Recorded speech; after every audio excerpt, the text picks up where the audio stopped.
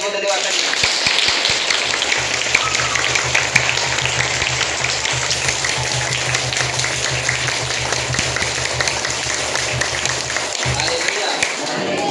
आणि माझा बिलीव्ह आहे तुम्हाला वचन तुम्ही ऐकणार, ते समजत जाणार. तुम्हाला असं वाटेल की मी स्वर्गच्या राज्यामध्ये प्रवेश करत आहे. तुम्हाला असं महसूस होईल की मी स्वर्गच्या राज्यामध्ये जाण्याची तयारीमध्ये आहे. Hallelujah, hallelujah, hallelujah. मला माहित आहे की पवित्र आत्म्याची या ठिकाणी उपस्थिती आहे. तो आत्म्याद्वारे या ठिकाणी आहे. तो आपल्याला सहाय्य करण्यासाठी, आपल्याला मदत करण्यासाठी हमेशा आहे. आपण जर बिलीव्ह करतो की स्वर्गचे राज्य आहे आणि स्वर्गच्या राज्यामध्ये जाणं एक आपल्याची एक ध्येय असलं पाहिजे की मला स्वर्गच्या राज्यामध्ये जायचं आहे. एक टाइम तुम्ही जसं महसूस केलं तसं तुम्ही स्वर्गच्या राज्यामध्ये राहणार आणि तिथं आनंद करणार. सगळ्यात जास्त तुम्हाला आनंद त्या ठिकाणी भेटेल. तुम्हाला या ठिकाणी फक्त विचार करून वाटतं की मी त्या ठिकाणी राहिलो असतो तर किती आनंद झाला असता. तोच आनंद तुम्हाला देव देणार. त्यासाठी तयार आहे का? तयार आहे का? Hallelujah, hallelujah. भरपूर जणांचे व्हाईट कपडे आहेत, तर नेक्स्ट टाइम तयार राहायचं आहे व्हाईट कपड्यामध्ये. तर हर एक व्हाईट कपड्यामध्ये आहे का तर तुम्हाला महसूस मी या ठिकाणी करायला मी खरोखर स्वर्गच्या राज्यामध्ये पोहोचलो आहे. जर तुम्ही चर्च मध्ये येणार तुम्हाला खुद वाटेल. हालेलुया. व्हाईट कपडे राहतील, सफेद कपडे. भरपूर जणी फार चांगली तयारी केली. मला आनंद होतो देवाचे महिमेसाठी जाण्यासाठी तयारी करून. देवाच्या कामासाठी किंवा देवाची प्रशंसा करण्यासाठी हमेशा बेस्ट कपडे इस्तेमाल करा. चांगले जे देवाच्याच कामासाठी तुम्ही वापरता. हालेलुया. आपण काय करतो, इथं कोणी बोलवलं लग्नामध्ये इकडे तिकडे, आपण हजारोचे कपडे इस्तेमाल करतो. किती? हजारो कपडे, हजारोचे म्हणजे 1000चे, 2000चे, 1500चे आपण काय करतो, वापर करतो. कुठे जाण्यासाठी? एक सैतानच्या जागेवरती, जिथं सैतानची उपस्थिती आहे. आणि सैतान त्या ठिकाणी कपड्याला पाहणार नाही. त्या ठिकाणी तो एक धूल उधळेल. त्या ठिकाणी दारू पिणारे व्यक्ती, त्या ठिकाणी विमल खाऊन थुकणारे व्यक्ती थुकतात तुझं काय माहिती आपले पण कपड्यावर येत असेल, समजत नाही. इतकी एक गडबड ठिकाणी एक व्यक्ती चांगले नटून थटून एक सज धज के पुरा तयारी के साथ न कुठे लग्नामध्ये. जर तुम्ही पवित्र आत्म्याची देवाची उपस्थिती जर खरोखरच महसूस कराल तर तुम्ही कधीच असं गाडी घेणार नाही. तुम्ही तयारी के साथ येणार. इतकी तयारी तुमची राहील की कोणाला तरी भेटण्यासाठी जात आहे, कोणीतरी तुम्हाला भेटणार आहे. आज स्पेशल भेटणार आहे, भेटण्यासाठी जात आहे. आज तुम्हाला आज भेटेल, आज मला खुशखबरी देईल. त्या व्यक्तीला तुम्ही भेटण्यासाठी जात आहे आणि तुम्ही येता तयारी के साथ, तर पवित्र आत्मा आपल्याला भेटतो. पवित्र आत्मा जो देवाचा आत्मा आहे त्याच्याद्वारे आपल्याला खुशखबरी दिली जाते. आणि खुशखबरी आपला कपड्याद्वारे नाही तर आपल्या आतमधून हृदय, आणि कपडे पण आपले कसे घालतो यासाठी का आपल्या आतमधून हृदय चांगलं आहे. Hallelujah, hallelujah. आपल्या आतमधून हृदय चांगलं आहे तर आपण बाहेरून पण चांगले कपडे घालतो. आतमधून जो घाण आहे, बाहेरून त्याचे कपडे तुम्ही पाहाल कुठे पण पडून राहिलं. पाहिलं की नाही पाहिलं? पाहिले की नाही पाहिले? चिखलमध्ये पण राहतात, घाणीमध्ये पण राहतात, घरामध्ये सुद्धा खोपाला असेल. पाहिले की नाही पाहिले? त्याच्या आतमधून पण हृदय जे असतं घाण झालेले असतं आणि त्यांना बाहेरचे रूपांतर जे असतं ते पण घाण, त्याच्यामध्ये त्यांना काही फरक नाही वाटत. कारण आतमध्ये घाण आहे तर बाहेर पण त्यांना वाटतं की कुठे पण पडून राहिलं, कसं पण राहिलं, काही दिक्कत नाही. बट आपल्याला काय करायचंय, आतमधून आपले जितके क्लिअर होत आहे, जितकं आपण शुद्ध होत आहे, शुभ्र होत आहे, तसं बाहेरून पण आपल्याला शुभ्र व्हायचं नाही. कमसे कम या ठिकाणी मोका भेटतो सफेद कपडे घालण्यासाठी घाला. कारण की प्रत्येक जण स्वर्गाच्या राज्यामध्ये कोण आहे मला पण माहित नाही की कोण स्वर्गाच्या राज्यामध्ये आहे. कोणाला सफेद वस्त्र दिले जाणार आहेत, त्यासाठी या ठिकाणी मोका भेटत आहे. तर या ठिकाणी स्वतःला तयारी करा की मी जो आहे स्वर्गच्या राज्यामध्ये जाईन आणि स्वर्गच्या राज्यामध्ये असा प्रवेश करेन. त्या ठिकाणी मला असे कपडे दिले जातील, ते कपडे माझे कायमचे राहतील. हमेशा हमेशा अनंत काल तक ते शुभ्र वस्त्र राहतील, चमकणारे, रोशनी सारखी चमकणारी. जर तुमच्यावर फोकस पाडला व्हाईट कपड्यामध्ये तर तुमच्यामधून असा प्रकाश सारखा निघेल, तो दिसेल तुम्हाला. जर तुम्ही फोटो काढणार तुमच्यावर असा प्रकाश सारखा तुमच्या कपड्यावरून, चेहऱ्यावरून तुमचा प्रकाश निघताना तुम्ही पाहाल. जर फोटो काढणार तुम्हाला माहित पडेल की शुभ्र वस्त्रे बायबल मध्ये का सांगितले आहेत घालण्यासाठी. आणि स्वर्गच्या राज्यामध्ये काय आहे तर ती चमक आहे. Hallelujah hallelujah. आनंद आहे सगळेजण, आनंद आहे का? तर स्वर्गचा साक्षात्कार तुम्ही आज पाहणार काय स्वर्ग मध्ये, आणि तुमची एक इच्छा होईल आतमधून की खरोखर स्वर्गच्या राज्यामध्ये गेलं पाहिजे. आणि स्वर्गच्या राज्यामध्ये जाण्यासाठी मला खूप तयारी करायला गेलं.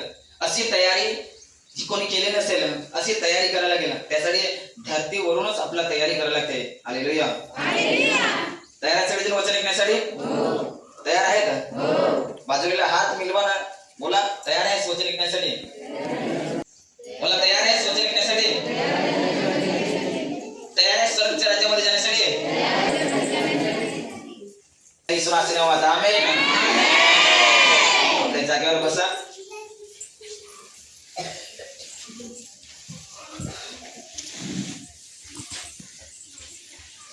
बायबल सांगतो जो आपल्याला घेऊन जाणार आहे.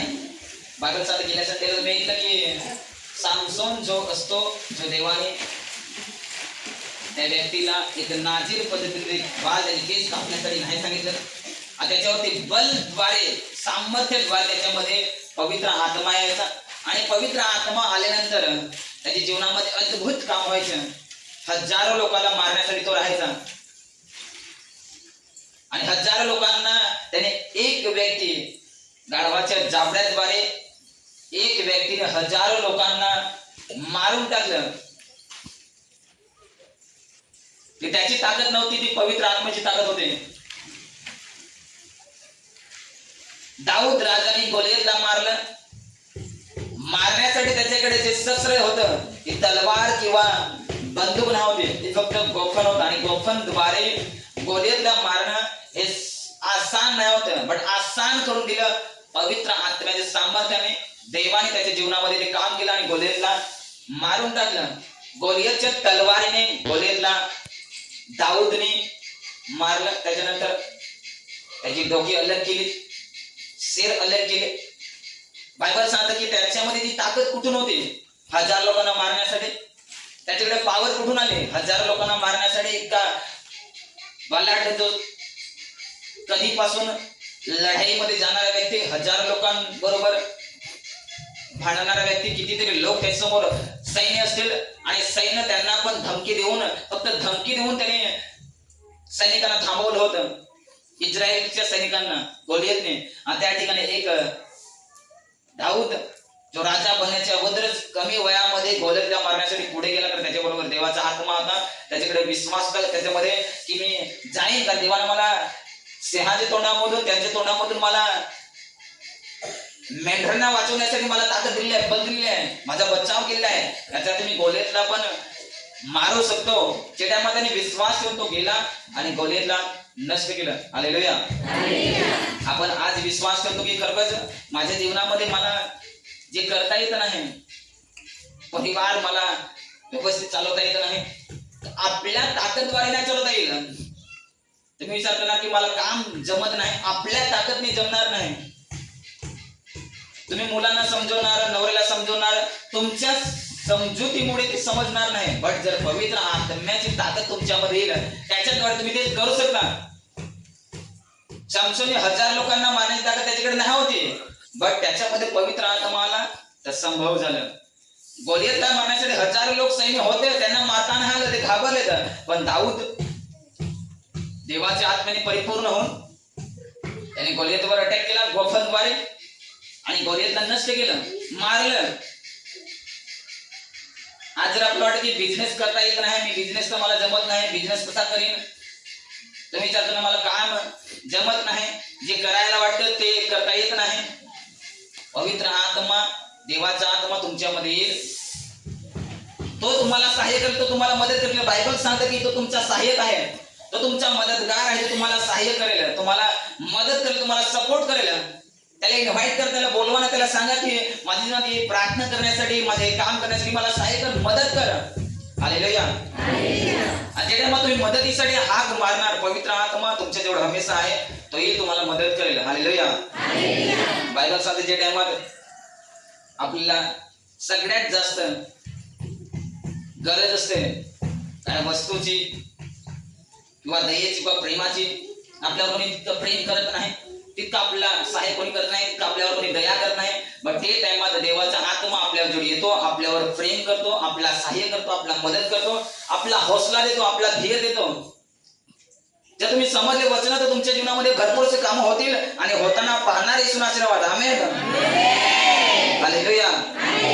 आपली स्वतःची खूप तयारी ठेवायला लागेल, आत्मिक तयारी ठेवायला लागेल. जितकी आत्मिक तयारी ठेवणार तितकं तुमच्या जीवनामध्ये काम होताना पाहणार. आमेन. तर आता तुमची तयारी, तुम्हाला स्वर्गच्या राज्यामध्ये जायचं आहे आणि स्वर्गच्या राज्यामध्ये जायचं आहे. आणि याच ठिकाणी जर आपण तयारीमध्ये नसणार, याच ठिकाणी आपली तयारी नसेल आणि बोला की मला स्वर्गच्या राज्यामध्ये जायचं आहे आणि जाण्यासाठी काय करावं लागेल, स्वर्गच्या राज्यामध्ये जाण्यासाठी काय करावं लागेल. एक व्यक्तीने विचारलं की सार्वकालीन जीवन मला पाहिजे तर काय करावं लागेल. त्याने सांगितलं, प्रभू येशूने सांगितलं की आज्ञा पडायला लागेल. खून करू नको, चोरी करू नको, जार कर्म करू नको, व्यभिचार करू नको, खोटी साक्ष देऊ नको, दुसऱ्याच्या वस्तूवर, बायकोवर, पुरुषावर लोभ धरू नको, आई वडिलांचा सन्मान ठेव. त्यांनी सांगितलं हे लहानापासून मी आज्ञा पाळत आहे. प्रभू येशूने सांगितलं की पूर्ण व्हायचं आहे. पण हा पूर्ण व्हायचा आहे. त्यांनी सांगितलं तुझ्याकडे जे धन संपत्ती आहे, तुझ्याकडे जे असेल नसेल ते सारे विक आणि दान धर्म कर आणि उठ आणि चल माझे मागे ये. म्हणजे तुला काय मिळेल, सार्वकालिक जीवन भेटेल. बट तो धनवान होता, त्याचे मन कठीण झालं, तो तयार झाला नाही. तर सार्वकालिक जीवन मिळणं आपलं आसान आहे, बट बायबलचे वचन आपल्याला पूर्ण करावं लागतील. बट ती करण्यासाठी आपला सैतान जो आहे अडथळा देईल. बट त्याला इग्नोर करून, त्याच्यावर हमला करून, त्याच्यावर आग रिलीज करून, त्याला साईडला करून आपला प्रभू येशूचे वचन पूर्ण करायला लागतील, आज्ञा पूर्ण करायला लागतील, आज्ञामध्ये राहावं लागेल, आज्ञामध्ये आनंद मानावा लागेल. जे टाइमात आपण ते करणार, लक्षात ठेवा स्वर्गच्या राज्यामध्ये आपण जाऊ शकतो. आमेन. त्यांनी सांगितलं की सगळ्यात जास्त तुम्हाला लहान बालकासारखं नम्र बनावं लागेल. आपण एजने किती पण जास्त वयात आहोत, पण आपला लहान बालकासारखं नम्र बनावं लागेल. लहान बालकासारखं नम्र होऊन तर आपण स्वर्गच्या राज्यामध्ये जाऊ शकतो. त्यांनी सांगितलं की सासरी पुरुष जे आहेत त्यांच्यापेक्षा तुम्हाला जास्त नीतिमान बनावं लागेल, तर तुम्ही स्वर्गच्या राज्यामध्ये जाऊ शकता. हालेलुया. किती जणांची इच्छा आहे की मला स्वर्गमध्ये जायचं आहे. विश्वास नाही जा, इच्छा आहे एकदम वरती करा. इच्छा आहे, सगळ्यांची इच्छा आहे, तयार आहे सगळेजण. तर त्यासाठी तुम्हाला जे बायबल सांगतं प्रकटीकरण खोलायचं आहे. प्रकटीकरण खोलायचं आहे अध्याय 3. त्याच्यानंतर तुम्हाला मी सांगेन स्वर्गाच्या राज्यामध्ये कसा आहे, कसा पद्धतीने त्या ठिकाणी थोडीफार रचनेबद्दल सांगेल, साक्षात्कार त्याच्याबद्दल सांगेल. पण स्वर्गच्या राज्यामध्ये जे शुभ्र वस्त्रे जे भेटणार आहेत, इथं भेटणार नाही तर तुम्हाला घ्यावे लागतील. समजले ते इथं घ्यायची गरज नाही, तर दिले जातील. हालेलुया. अध्याय प्रकटीकरण अध्याय 3. सार्दिस येथील मंडळीच्या दूताला लिही, ज्याच्या जवळ देवाचे 7 आत्मे आहेत व 7 तारे आहेत. तो असे म्हणतो, तुझी कृत्ये मला ठाऊक आहेत. म्हणजे कृती, तू जिवंत आहेस असे तुझ्याविषयी म्हणतात, पण तू मेलेला आहेस. जागृत हो आणि जे मरणाच्या पंथास लागले आहेत ते सावरून धर, कारण तुझी कृत्ये माझ्या देवाच्या दृष्टीने पूर्ण असे माझ्या पाहण्यात आली नाहीत. म्हणून तू कसे स्वीकारले व ऐकले ह्याची आठवण कर, ते जतन करून ठेव, पश्चाताप कर, कारण तू जागृत झाला नाहीस. तर मी चोरासारखा येईन, मी कोणत्या घटकेस तुझ्यावर चालून येईन हे तुला मुळीच कळणार नाही. तरी ज्याने आपले वस्त्रे म्हणजे कपडे विटाळविली नाहीत अशी थोडकी नावे सार्दिस येथे तुझ्या जवळ आहेत, ते शुभ्र वस्त्रे परिधान करून माझ्या बरोबर फिरतील, कारण तशी त्यांची योग्यता आहे. बायबल सांगते जो विजय मिळवतो तो असा रीतीने शुभ्र वस्त्रे परिधान केलेला होईल. मी जीवनाच्या पुस्तकातून त्याचे नाव खोडणारच नाही आणि माझ्या पित्यासमोर व त्याच्या दूतासमोर मी त्याचे नाव पत्करेन. बोला आमेन. हालेलुया. बायबल सांगतं की तुमची कृत्य जे आहेत, कृती जी आहे ती तुमची कृती कशी आहे हे देवासमोर बायबल सांगतं पूर्ण अशी पाहण्यात, देवाच्या दृष्टीने पूर्ण असे पाहण्यात आली नाहीत.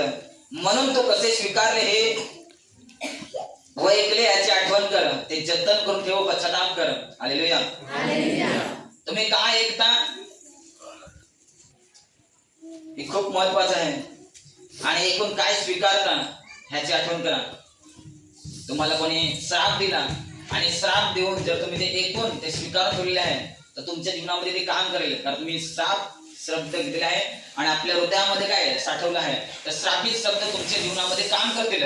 बट जर तुम्ही श्रापित शब्द कॅन्सल केला आहे, तुमच्या मुखातून बोलला पण शब्द पूर्ण होईल. लक्षात ठेवा, तुम्ही बोलता तो शब्द तुमच्या जीवनामध्ये पूर्ण होईल. तुम्ही काय बोलता आणि काय स्वीकारता ते जतन करून ठेवा. बायबल सांगते बोलण्याद्वारे दोषी निर्दोषी ठरेल. त्यासाठी बोलणं किती महत्वाचं आहे, फार महत्वाचं आहे की आपण काय बोलतो. बायबल सांगते जे एकदा तुम्ही स्वीकार करता त्याच्या आठवण करा आणि ते जतन करून ठेवा. जर आज तुम्ही या ठिकाणी आहेत किंवा बुधवारी असता, संडेला असता, वचन ऐकता, ते हे तुम्हाला साठवून ठेवावं लागेल. आज ऐकणार की स्वर्गच्या राज्यामध्ये आपल्याला जाणं किती इम्पॉर्टंट आहे, आणि कोणाला शुभ्र वस्त्र दिली जातील, पांढरे कपडे कोणाला दिले जातील, या ठिकाणी सांगितलं आहे. बायबल सांगते ते जतन करून ठेव व पश्चाताप कर. जर पाप तुझ्यामध्ये आहे, जर पाप मध्ये तुम्ही आहेत, त्याचे चांगलं आहे का ते जतन करून ठेवा आणि पश्चाताप करा की प्रभू मी वचनच्या विरुद्ध जाऊन मी पाप केले आहे, मला माफ कर. बायबल सांगते पश्चाताप करा. जर पश्चाताप करणार, बायबल सांगते पश्चाताप कर, कारण तो जागृत झाला नाहीस. जर जागृत झाले नाही तर बायबल सांगते मी चोरासारखा येईल आणि मी कोणत्या घटकेस तुझ्यावर चालून येईल हे तुला मुळीच कळणार नाही. तरी ज्यांनी आपली वस्त्रे विटावली नाहीत, खराब केली नाहीत, ज्याने आपलं हृदय खराब केलं नाही, ज्याने हृदय आपलं पापामध्ये टाकून ठेवलं नाही, पाप आपल्यामध्ये ठेवलं नाही, कपडे खराब केले नाही, विटाळले नाही, तर पापाने आपलं शरीर झाकून काढलं नाही, तर प्रभू येशूच्या लहूद्वारे आपले कपडे शुभ्र केलेत, शुद्ध केलेत. प्रभू येशूच्या लहूद्वारे आपलं शरीर, आपलं हृदय शुभ्र केलं. आणि बायबल सांगतं जर तू जागृत नाही झालास, जर पश्चाताप नाही केलास, चांगलं ते जतन करून नाही ठेवलंस, तर मी कधी पण येईन. सगळ्यांना माहिती ना तो येणार आहे, तो येणार आहे घेण्यासाठी, तो गेलेला आहे. बायबल सांगतं तिसऱ्या दिवशी तो उठला आणि 40 दिवस शिष्यांना दर्शन दिला. त्याच्यानंतर तो स्वर्गमध्ये उठवला गेला. त्यामुळे मी तुम्हाला घेण्यासाठी येईन, मी जागा तयार करण्यासाठी जात आहे, तुम्हाला घेण्यासाठी येईन, तुम्ही जागृत राहा. या ठिकाणी सांगितलं प्रकटीकरण हे जे होणार आहे ते या ठिकाणी आहे. बायबल सांगतं कारण तो जागृत झाला नाहीस तर मी चोरासारखा येईन. कधी येईन? चोर कधी येतो कोणाला माहित पडतं की चोर तुमच्या घरी येणार आहे. तो सांगतो की मी तुमच्या आज घरी येईन, तुम्ही चांगले जेवण बनवून ठेवा. चोरी काय जी मला करायची मी एका साईडला ठेवा, जेणेकरून मी तुम्हाला त्रास देणार नाही. माझी चोरी करायची ते चोरी करेन, जेवण करायचे जेवण करेन, मी म्हणून जाईन. असं चोर सांगतो. चोर कधी येतो कोणाला माहित नाही. नाहीतर चोर सांगून ठेव की मी तुमच्या घरी आज रात्री चोरी करणार आहे, तर आपण काय करणार? एक दांडूक तरी घेऊन राहणार, कम से कम राहणार की नाही राहणार? आपल्या मध्ये चोर येणार आहे आणि चोर येणार तर अगोदरच आपण जागृत राहणार. चांगलं जे दरवाजे आहेत ते लॉक करून ठेवणार. जे आपल्याकडे चांगलं जे महाग वस्तू आहे ते फक्त लपवून ठेवणार. जर त्याने हमला केला तर आपण अगोदरच तयार राहणार. 4-5 माणसं अगोदर घरामध्ये घेऊन बसून राहणार. त्याने सांगितलं आज रात्री येणार आहे चोर. चोर कधी येतो सांगून येत नाही. हालेलुया. बायबल सांगतं देवाने सांगितलं की तू जागृत झाला नाहीस तर मी चोरासारखा येईन. कधी येईन माहित नाही. आणि ज्या टायमात येईन त्या टायमात जे शुभ्र वस्त्र परिधान करून राहिले असतील, जे चांगले असतील, जे हृदयाने चांगले असतील, त्याचे मन चांगले असतील, पाप पासून दूर असतील, तर त्यांना मी घेऊन जाईन. आता मी पाहणार तुम्ही इथंच राहणार. हालेलुया. त्याच्याने मी चोरासारखा येईन आणि जे तयार असतील, जागृत असतील, प्रार्थनेमध्ये असतील, पाप पासून दूर असतील, उपवासामध्ये असतील, मी येईन आणि त्यांना घेऊन जाईन. आणि ज्यांनी आपले पाप पासून पश्चाताप केला नाही, पाप सोडलं नाही, त्याग केलं नाही, प्रभू येशूच्या लहूद्वारे कवर झालेच नाही, स्वतःला शुभ्र करून ठेवलं नाही, तर ते इथंच राहतील. म्हणून बायबल सांगतं दोघे जण शेतामध्ये आहेत, एक घेतला जाईल, एक तिथंच ठेवला जाईल. जो तयार आहे, जागृत आहे. बायबल सांगतं जो दलत असतात ना, दलतात ते दलणाऱ्या दोघी जणी असतील, एक घेतली जाईल तिथंच राहील. पलंगावर 2 जण झोपलेले असणार, त्याच्यातून एक घेतलं जाईल, एक तिथंच राहील. जो जागृत राहील, जो प्रार्थना करून झोपेल, जो प्रार्थनेमध्ये राहील, त्याला माहित की मला प्रभू येशू येणार आहे घेण्यासाठी, मला जागृत राहायचं, मला प्रार्थनेमध्ये राहायचं, मला पाप त्याग करून राहायचंय, मला शुभ्र बनून राहायचं आहे, तर तो येईल, आजड्यामध्ये येईल. तर बायबल सांगते ते शुभ्र वस्त्रे परिधान करून माझ्या बरोबर फिरतील, कारण तशी त्यांची योग्यता आहे. कोणाबरोबर फिरतील? प्रभू येशू बरोबर फिरतील. हालेलुया. कुठे फिरतील? स्वर्गाच्या राज्यामध्ये.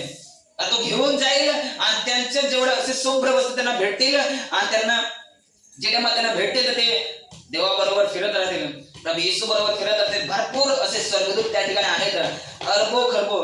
कारण ते का त्यांची तशी योग्यता होते. योग्य होणं फार महत्वाचं आहे. योग्यता आपल्याला पात्र ठरावं लागतं. जर तुम्ही त्यासाठी पात्र आहेत, तुमचं नाव सिलेक्ट होईल. नाव सिलेक्ट झाल्यानंतर तुम्हाला जे भेटणार असेल ते भेटेल. हजार लोक फॉर्म भरतात काही नोकरी लागण्यासाठी, लाखो लोकांचे फॉर्म लावतात. त्याच्यामधून कोण पात्र आहे, कोण तितका शिकलेला आहे, कोणामध्ये कॅपॅसिटी तितकी आहे की हा मास्टर हा बनू शकेल की नाही बनू शकेल. ज्याची निवड झाली तोच त्या ठिकाणी ड्युटी करेल. हजार लोक जाऊन ड्युटी करतील, हजार लोक जाऊन शिकवतील. नाही, त्याच्याला एक जण असेल ज्या एकची नोकरी लागेल त्या ठिकाणी आणि तो व्यक्ती जाऊन मुलांना शिकवेल. त्याची पात्रता ठरली म्हणून तो त्या ठिकाणी सिलेक्ट झाला आणि त्या ठिकाणी तो ड्युटीवरती लागला. या ठिकाणी पण सांगितलं, जर बायबल सांगतं तरी ज्याने आपले वस्त्र विटावले नाहीत अशी थोडकीच नावे सारदीस येथे तुझ्याजवळ आहे, ते शुभ्र वस्त्र परिधान करून माझ्या बरोबर फिरतील, कारण तशी त्यांची योग्यता आहे. बायबल सांगतं आपली नावं जीवनाच्या पुस्तकात लिहिली जातात. या ठिकाणी पुढे दिलेली आहे. बायबल सांगतं जो विजय मिळवतो तो असा रीतीने शुभ्र वस्त्रे परिधान केलेला होईल. मी जीवनाच्या पुस्तकातून त्याचे नाव खोडणारच नाही. नाव कुठे लिहिले जातं? जीवनाच्या पुस्तकामध्ये. ज्याचे नाव जीवनाच्या पुस्तकामध्ये आहे ते व्यक्तीला एक आनंद, एक शांती, एक ते सगळं काय भरपूर भेटेल. त्याला शुभ्र वस्त्रे दिली जातील. आज आपल्याला वाटतं की माझ्याकडे सफेद कपडे नाही, ते मी घालून आलो नाही, पण स्वर्गाच्या राज्यामध्ये जो जाईल तिथं त्याला सगळ्यांना दिलं जाईल.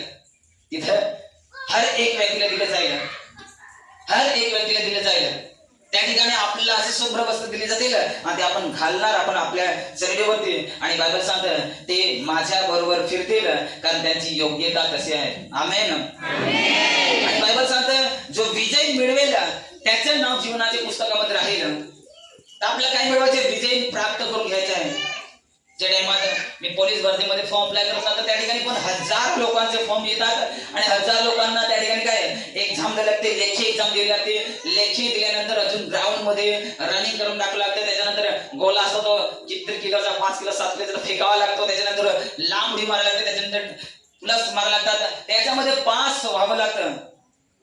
त्याच्यामध्ये पास झाले तर हजार लोकांपैकी जर 20 लोकांना घ्यायचं आहे पोलीस भरतीमध्ये, तर 20 लोक त्याचे हजार लोक आहेत कॉम्पिटिशन मध्ये, 20 लोकांना घ्यायचं आहे.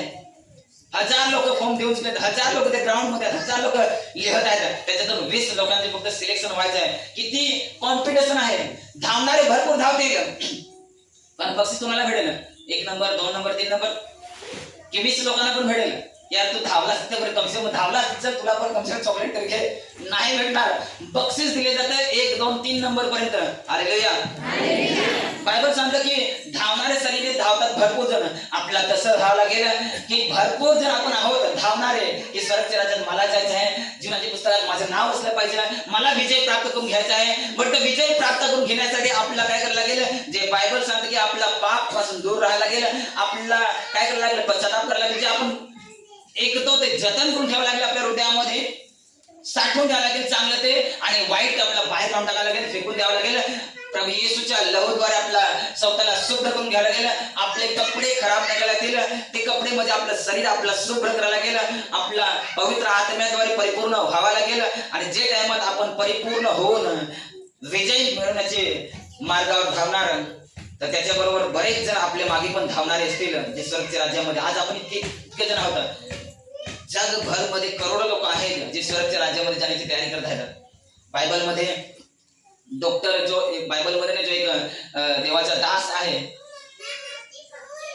जो डॉक्टर दिनाकर, जे टाइमात त्या दासाने स्वर्गमध्ये स्वर्गाचे दर्शन घेतलं तर तिने पाहिलं की त्या ठिकाणी सगळं काही शांतीने भरले आहे, आनंदाने भरल्या मोहल.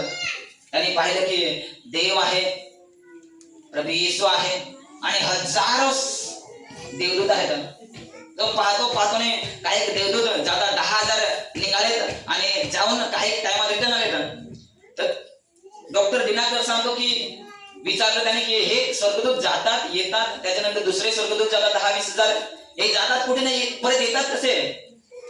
त्याला सांगितलं त्याला की 10,000 देवदूत गेले, 10,000 लोकांची प्रार्थनेचं उत्तर देण्यासाठी यांना पाठवलेलं. नंतर परत 20,000 गेले. ह्यांना पण जे धरतीवरची प्रार्थना करतात त्यांना उत्तर देण्यासाठी हे स्वर्गदूत पाठवले गेले आहेत. मग ते जातात, उत्तर देतात आणि रिटर्न काय या ठिकाणी येतात, देवाची आराधना करतात, देवाची स्तुती करतात. त्याने जेव्हा स्वर्ग दर्शन घेतलं ते टाइमात हे तो सांगतो की साक्ष सांगतो की माझ्या जीवनामध्ये हे घडलेलं आहे, तर माझी एकच वाटतं भूक आहे की मला स्वर्गच्या राज्यामध्ये जायचं. हालेलुया. त्याने खुद पाहिलेलं आहे, जो धरतीवर आहे ना स्वर्ग दर्शन पाहत आहे, त्याची इच्छा काय राहिलं? त्याला तर बस स्वर्गच्या राज्यामध्ये जाणं हे त्याची इच्छा असेल. पण जे टाइमात तो खुद पाहून आला आणि जे टाइमात तो पाहून या ठिकाणी येऊन लोकांना साक्ष देतो, किती लोकांचे जीवन बदललं असेल. हालेलुया. आणि त्यासाठी आपल्याला जर खरोखर स्वर्ग आहे हे माहीत पडतं, आपण ते आपल्या हृदयामध्ये जतन करून ठेवतो आणि पाप काढून टाकतो आणि आपण विजय प्राप्त करतो. या ठिकाणी विजय सांगितलाय, जो विजय मिळवतो तो असा रीतीने शुभ्र वस्त्र परिधान केलेला होईल. काय करावं लागेल? तुम्हाला पास व्हावं लागेल या परीक्षेमध्ये, या मसीह जीवनमध्ये. तुम्हाला स्वर्गच्या राज्यामध्ये जाण्यासाठी विजय प्राप्त करावा लागेल. कशावर विजय प्राप्त करणार? एक पाप जे तुमच्यापासून होत आहे, जे आपल्याकडून शैतान करायची कोशिश करत आहे, याच्यावर तुम्हाला विजय प्राप्त करायला लागेल. कारण ते शुभ्र वस्त्र परिधान करणे, स्वर्गच्या राज्यामध्ये जाणं आपलं आसान वाटतं, पण बायबल सांगतं की ते इतकं कठीण आहे श्रीमंत लोकांसाठी आणि बरेचशा लोकांसाठी की एक सुई जी आहे, ते सुईमधून आपण काय करतो, शुद्ध बाहेर इकडनं तिकडनं करतो, तर त्याच्यातून ऊन तरी होऊन जाईल. आपला ते सुत पण त्याच्यातून काढता येत नाही. मोगली काढता येईल, मोगली काढता येईल त्याच्यातून, ती पण काढता येईल. देव सांगतो की त्याच्यातून कोणतरी होऊन जाईल. इतकं आसान आहे. बट बायबल सांगतं त्याच्यापेक्षा कठीण आहे. सुईच्या नाकातून कोणतरी होऊन जाईल हे आसान आहे, त्यापेक्षा पण कठीण आहे स्वर्गच्या राज्यामध्ये जाणं. हालेलुया. हालेलुया. चेहऱ्याला भरपूर जणांचे पाहून कसं वाटतं की काही जणांचं हेच ऐकून वाटतं की आता आपलं तर काय होत काय नाही, तयारच नाही. सगळ्याच्या चेहऱ्यावरती काय उदासी, आम्ही तर कसं काय जाऊ की नाही जाऊ इथंच विचार करत आहेत. अजून जाण्याची तयारी आपण करत आहोत आणि इथंच उदास आहोत की जाणार कसे, हे तर फार कठीण आहे. स्वर्गच्या राज्यामध्ये जाणं आपल्यासाठी आसान आहे.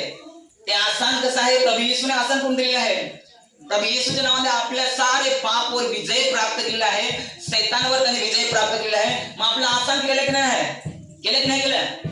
मग तरी पण आपण कठीण का आपल्याला वाटतं?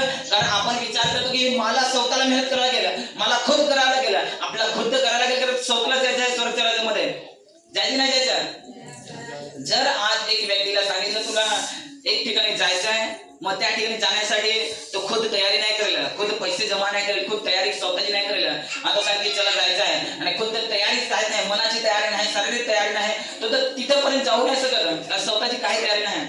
आपल्या बायबल मध्ये विजय प्राप्त करायला सांगितलं आहे की जो विजय मिळवतो त्यालाच असे प्रकारचे वस्त्र परिधान केलेले होईल. आणि मी जीवनाच्या पुस्तकातून त्याचे नाव खोडणार नाही, असे माझ्या पित्यासमोर त्याच्या दूतासमोर मी त्याचे नाव पत्करीन.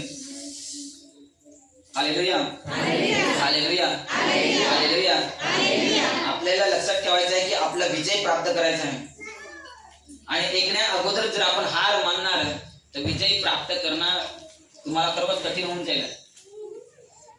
आपण ऐकून रिसीव्ह करतो, जर आपण ऐकून आणि रिसीव्ह करणार आणि त्याची तयारी करणार की नाही मला विजय प्राप्त करायचा आहे. एक व्यक्ती शाळेमध्ये शिकतो किंवा काही स्पर्धामध्ये भाग घेतो तर त्याला वाटतं की मी याच्यामध्ये भाग घेत आहे तर मला 1 नंबर काढायचा आहे, मला 2 नंबर काढायचा आहे, मला दुसऱ्यापेक्षा चांगलं धाव घ्यायचे आहे, दुसऱ्यापेक्षा चांगलं मला बोलायचं आहे, दुसऱ्यापेक्षा चांगलं मला वागायचं आहे, मला विजय प्राप्त करून घ्यायचा आहे. एक शिक्षण घेणाऱ्या व्यक्तीला तुम्ही विचारा की तू 1 नंबर कसा काढशील, तुला 1 नंबर वर्गामध्ये काढायचं त्यासाठी तुला काय करायला, तो अभ्यास करायला, त्याचे तुम्ही लगातार त्याच्या अभ्यास तुम्ही करून घ्याल की हे पाठ कर, हे पाठ कर, हे पाठ कर, हे पाठ कर, चांगलं इंग्रजी वाच, चांगलं गणित सोडव, चांगलं मराठी वाचून घे, चांगला अभ्यास कर, 1 नंबर काढायच्या वर्गामध्ये. तर तुम्ही त्याची मेहनत करून घ्या ना. त्याची हमेशा तुम्ही त्याला विचार अभ्यास कर, तर तुला 1 नंबर काढायचा आहे. आणि तो मेहनत करतो लगातार. मग त्याच्यासारखी भरपूरचे वर्गामध्ये मुलं दुसरी असतात, ते पण मेहनत करत असतील. मग त्या ठिकाणी काही कॉन्फिडन्स होतं की मला पण 1 नंबर काढायचा आहे, मला पण 1 नंबर काढायचा आहे. बस एवढी एक व्यक्तीचा, एक मुलाचा 1 नंबर येतो की 10 जणांचा 1 नंबर येतो? नाही, एक व्यक्तीचा 1 नंबर येतो. आणि तो व्यक्ती त्या वर्गामध्ये नंबर 1 बनतो की हा मुलगा सगळ्यात हुशार आहे. आपला पण स्वर्गच्या राज्यामध्ये जाण्यासाठी आपल्याला तशीच मेहनत करायला लागते की पापवर आपला काही पाप पासून मला दूर राहायचं आहे. मुलांना आपण सांगतो की गणितचा अभ्यास आहे, इंग्रजीचा अभ्यास आहे, मराठीचा अभ्यास आहे, वेगवेगळे अभ्यास आहे तुझे, किती खेळशील तू, अभ्यास कर. तर आपलं पण वेगवेगळे जे शैतानचे आपल्यावर अटॅक आहेत त्याच्यावर आपला काय करायचं आहे? विजय प्राप्त करायचा आहे. समजत आहे सगळ्यांना? समजत आहे? हो. तर बोलता पण रिस्पॉन्स थोडा सही आहे तुमचा असला पाहिजे. तुम्ही समज घ्याल तर तुम्ही ते पास होणार. एक पापवर विजय होणं आपल्याला वाटते की आसान आहे, पण इतका आसान आहे, यासाठी आसान आहे की पवित्र आत्मा आपल्याला दिलेला आहे. तो आपला सहाय्य करतो, मदत करतो. जेव्हा पवित्र आत्मा जो आहे आपला सहाय्य करण्यासाठी येतो, ते टाइमात आपण प्रार्थनेद्वारे शैतानच्या हर एक जे आपल्यावर पाप आहे त्यावर आपण कब्जा करतो, त्याला हरवतो, आपण विजय प्राप्त करतो. हालेलुया. आज जर तुम्ही पाप मध्ये आहे, तुमच्यामध्ये काही पाप होत आहे, दारूचा नशा होत आहे, किंवा भांडण होत आहे, किंवा व्यभिचार होत आहे, किंवा चाडी होत आहे, निंदा होत आहे, कुरकुरपणा होत आहे, दोष लावत आहे दुसऱ्यावर, मूर्ती पूजा करत आहेत, गर्भपात करत आहेत, खोटा बोलत आहेत, हे जर पाप आपल्यामध्ये आहे, याच्यावर जर आपला विजय प्राप्त करायचा आहे तर लगातार प्रार्थना करा, लगातार हमला करके माझ्यापासून जे खोटं बोलणं होत आहे तर हे झालं नाही पाहिजे. त्यासाठी बायबलच्या वचनची आठवण करा, बोलण्यामध्ये कमी बोला, यासाठी की पाप आपण बोलण्याद्वारे करणार नाही, खोटं बोलणार नाही. तुमचं जितकं बोलणं कंट्रोल मध्ये राहिलं तितकं तुमच्या पाप पासून तुम्ही दूर राहणार. कारण तुम्ही बोलता तर खोटं बोलता, त्यापेक्षा कमी बोला, खोटं बोलणार नाही. हालेलुया. आपल्याला वाटतं की चोरी माझ्यापासून होत आहे, मग चोरी जर आपल्यापासून होत आहे, मग जिथं आपल्या सारखं जे चोरी करणार त्याच्यापासून दूर राहा. यासाठी दूर राहा की आपण चोरीपासून दूर राहणार. चोरीच्या गोष्टी ऐकू नका.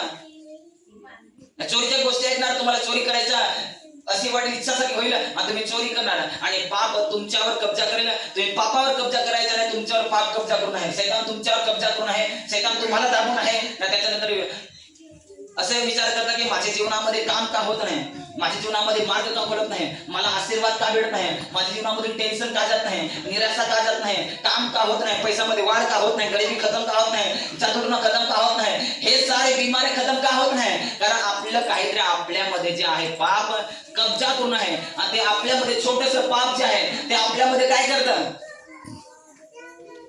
आशीर्वाद येऊ देत नाही. आपल्यामध्ये शैतान कब्जा करून राहतो, तर आपल्यामध्ये जो आशीर्वाद देव देणार आहे तो येऊ शकत नाही. यासाठी येऊ शकत नाही कारण देव वचनद्वारे काम करतो. हालेलुया.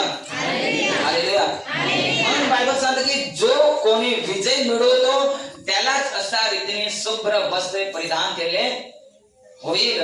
हालेलुया. समजलं सगळ्यांना? समजत आहे? शुभ्र वस्त्र जर आपल्याला घालायचे तर काय करायचं आहे? विजय प्राप्त करायला गेलं शैतानावर. आज बरेच जण काय डिप्रेशनचे अटॅक होतात, चिंतामध्ये, टेन्शन मध्ये, आणि शैतानची सगळ्यात मोठी जी योजना असते ते डिप्रेशन, टेन्शन देण्याची, चिंतामध्ये वाढ करायची. एक व्यक्तीला चिंता, डिप्रेशन मध्ये वाढ केली, त्याच्यानंतर त्याला त्याच्यातून बाहेर काढण्यासाठी दुसरा कोणी व्यक्ती नाही, देवाच्या आत्म्याशिवाय, देवाच्या वचनाशिवाय त्याला कोणी काढू शकत नाही. त्यासाठी आपल्याला लक्षात ठेवायचं की आपल्याला हर वक्त विजय प्राप्त करायला गेलं, आपलं सार शरीर, आत्मा देवाच्या अधीन करायला लागेल, समर्पित करायला लागेल. जेव्हा देवाच्या अधीन समर्पित करायला लक्षात ठेवा, विजय मिळवण्यासाठी तुम्हाला ताकद भेटेल, सामर्थ्य भेटेल, आणि असं सामर्थ्य भेटेल की तुम्ही त्याच्यावर कब्जा कराल. आणि जे टाइमात कब्जा कराल ते टाइमात तुम्हाला वाटेल की नाही, मला स्वर्गच्या राज्यामध्ये जाण्याची तयारीमध्ये मी आहे. हालेलुया. एक स्त्री जी आहे बायबलमध्ये, जे टाइमात तिने वाचलं असेल, कमी वयामध्येच बायबल वाचत असेल, आणि त्याचा ते सिस्टरचा जो मामा होता साधू सुंदर सिंग, ओळखता सगळे जण. साधू सुंदर सिंग हा एक, त्याला सांगतात ब्लड ऑफ प्रॉफिट, म्हणजे एक असा संदेश का जो चालते वेळेस त्याचे पायातून रक्त निघायचा, तर त्याला नाव दिलं की ब्लड ऑफ प्रॉफिट म्हणजे तो रक्ताद्वारे त्याच्या जीवनामध्ये त्याने सेवा केलेली आहे. रगत त्याचे शरीरामधून निघतं, पायामधून निघतं, तरी पण तो प्रचारासाठी जात राहायचे. त्यासाठी त्याचे नाव असं करून मला ब्लड ऑफ प्रॉफिट म्हणजे रक्त त्याच्यामध्ये वाहत असताना पण तो सुसमाचार देत होता, तो पंजाबचा. आणि त्याचीच बहिणीची जी मुलगी होती त्याचे नाव होतं सांता, म्हणजे त्याचा मोठा भाऊ तो पण एक संदेश होता किसन साधू करून. त्याची बहीण जी होती ती सांता. जेव्हा ती साक्ष स्वतःची सांगते, साक्ष सांगत असताना ती काहीतरी 14 कमी वयाची असताना तिला जेव्हा ती मसीवर चालण्याची तयारी केली तर तिला जहर दिलं. जसा साधू सुंदर सिंगला जहर देऊन त्या ठिकाणी त्या तसा त्याने केलं की जहर देऊन त्याला मारायचं, तर तिला पण जहर देऊन मारण्याची कोशिश केली. तर जहर जेव्हा तिला दिला ती शरीरभर तो पसरला. तर जो त्याचा भाऊ जो होता साधू किसन, जेव्हा त्याने पाहिलं की आता मरणाचे पंथावर पोहोचले आहे,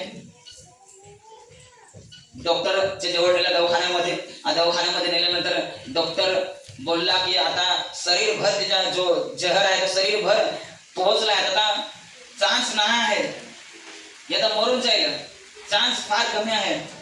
त्याच्यानंतर तो बोलला की आता देवाच्या हातावर. जेव्हा साधू सुंदर ठीक आहे, मी आता देवाच्या हातामध्ये मी प्रार्थना करेन. साधू सुंदर सिंगने प्रार्थना केली, साधू किसन सिंगने जेव्हा प्रार्थना केली आणि प्रार्थना करून त्याच्यानंतर त्याने ग्लासभर पाणी घेतलं आणि ग्लासभर पाणी घेतल्यानंतर त्याच्यामध्ये ते पाण्यामध्ये क्रॉस केल्यानंतर ते सांगते की क्रॉस केल्यानंतर प्रार्थना करून प्रभू येशूच्या नावात लहूद्वारे ते पूर्ण पाणी आशीर्वादित केलं. आणि त्याच्यानंतर सांगता तिची जी बहीण होती तिला पिण्यासाठी दिलं आणि पिल्यानंतर ते पाणी थोडे पित होती. तसा तिच्यामधून वॉमिटिंग यायला सुरुवात झाली. तर जहर ती शरीरमध्ये जो पसरला होता प्रार्थनेद्वारे जे पाणी दिलं होतं आशीर्वादित करून, तर ते पाणी शरीरमध्ये गेल्या कारणामुळे तिला वॉमिटिंग सुरू झाली आणि सारा जो पॉइझन म्हणजे जो जहर जो होता तो जहर सारा तिच्या शरीरमधून बाहेर गेला वॉमिटिंगद्वारे. डॉक्टर हैराण झाला की हे कसं काय, म्हणजे कसं नाही, हे परमेश्वराने केलं, आमचा जो जिवंत देव आहे त्याने बघ हे केलं. त्याने पाणी दिलं तर कोणता काय दिला, दवा काय दिला नाही, फक्त आशीर्वादित पाणी दिलं असं पिला आणि वॉमिटिंगद्वारे सारा फक्त जहर निघाला. ती मोकळी झाली, ती फ्री झाली, ती जिवंत झाली. त्याच्यानंतर अशी घटना घडली, बऱ्याच सारी बिमारी तिच्यावरती, हर तऱ्हेची बिमारीची अटॅक तिच्यावरती. आणि 14 वर्षाची असताना तिला अजून एक मोठा अटॅक झाला आणि बिमार मध्ये पडली आणि बिमार झाल्यानंतर ती मरण पावली. सांता जी साधू किसन सिंगची जी बहीण होती 14 वर्षाची आणि मरण पावले. आणि मरण पावल्यानंतर काय झालं की जे त्यांचे ते सरदार सगळे त्यांच्या खानदानी सरदार मध्ये होते, खानदानी अमीर एक घराण्याचे होते, तर त्याने सांगितलं की हिला काय पेटवून टाकायचं. तिचा भाऊ जो मसीह मध्ये होता तो प्रभू येशूचा प्रचार करीत बोलायचं की नाही, मी हिला तुमच्या हातामध्ये देणार नाही, ही प्रभू येशूवर विश्वास ठेवणार आहे. तर त्याने काय केलं, तू आमच्या इकडे कुठे हिला गाडायचं किंवा काय करायचं नाही. तर त्याच्यानंतर त्यांनी एक फादरला बातचीत केल्यानंतर त्यांनी सांगितलं की ती आमची चर्चची मेंबर नाही, मेंबर होण्यासाठी जे कार्य करायला लागले मी प्रोसेस करेन, पैसे द्यायचे असतील किंवा जे पण करायचे प्रोसेस मी करेन, बट तिला तुमच्या ठिकाणी तुमच्या जागेवर तिला गाडण्यासाठी मला फक्त जागा द्या. 14 वर्ष दिसत नाही, ती मरण पावली. त्याच्यानंतर काय झालं, तिला त्या चर्च मध्ये त्या ठिकाणी त्याचा भाऊ घेऊन गेला आणि घेऊन गेल्यानंतर त्या ठिकाणी संध्याकाळ झाली, रात्री टाइम, आणि जो साधू किसन सिंग जो होता हा थकून गेला होता कारण प्रचार पण करायचा. त्याच्यानंतर तिची बहीण जी होती मरण पावली 14 वर्षांमध्ये. इतकं दुःख त्याच्यामध्ये, ते पण दुःख पण होतं, त्याच्याबरोबर त्याला प्रभूचं काम पण करायचं होतं. तर ती मरण पावल्यानंतर तिथं चर्चमध्ये नेऊन ठेवलं, फादरला बोलवलं, त्याला सांगितलं की तिला सगळं व्यवस्थित अंघोळ वगैरे करा, कपडे सफेदीचे कपडे तिच्या अंगावर चढवा, पूर्ण तयारी करून. आणि तसं करून तिला काय चर्चमध्ये ठेवलेलं होतं. एक ठिकाणी टाइम झालं, रात्र झालं, कबर खोण्याचं टाइम त्यांना भेटलं नाही, तर तिला एक ठिकाणी ठेवलं रूम मध्ये. त्याच्यानंतर जो फादर होता त्या ठिकाणीचा तो घरी निघून गेला आणि घरून निघून गेल्यानंतर जो तिचा भाऊ तिच्या बरोबर होता आणि प्रार्थना करून त्याच्यानंतर त्यांनी सांगितलं की ही माझी बहीण जी आहे, प्रभू तुझ्या हातामध्ये, शरीर तुझ्या आत्मा तुझ्या हातामध्ये, तिला शांतीने ठेव. असं करून ना तो एक रूम मध्ये थकलेला होता, एक रूम मध्ये जाऊन झोपला.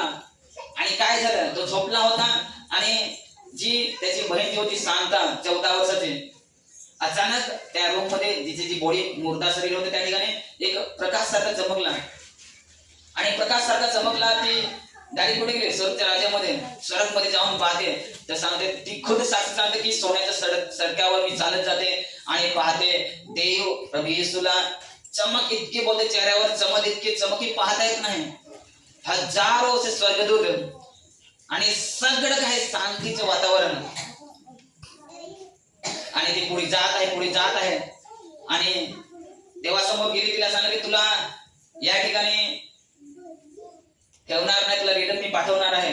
त्याच ठिकाणी तुला रिटर्न पाठवणार आहे सेवेसाठी, माझ्या नावाचा प्रचार करण्यासाठी. आणि स्वर्ग मध्ये आहे, आत्मेतर त्या ठिकाणी आहे आणि ते ऐकत आहे, सगळं पाहत आहे आणि खुद हैराण होत आहे की हे मी इथे कशी काय आले. स्वर्गच्या राज्यामध्ये ती चमक पाहत आहे, उजाला पाहत आहे, सारे ठिकाणी आनंद पाहत आहे, सारे शुभ्र वस्त्र ते पाहत आहे, चांगले लोकांना पाहत आहे, स्वर्गदूतांना पाहत आहे. आजच्या टाइमात तिला सांगायला तुला रिटर्न जावं लागेल, तुला जाऊन रिटर्न त्या ठिकाणी सुसमाचार प्रचार करायला लागेल. आणि तिला सांगल्यानंतर ते रिटर्न असा एक रोशनीचं किरण आहे, एकच किरण आहे ना आपल्यावर डायरेक्ट आहे, एक बॅटरी आहे ना जे आपल्यावर पडतं आपल्या चेहऱ्यावर.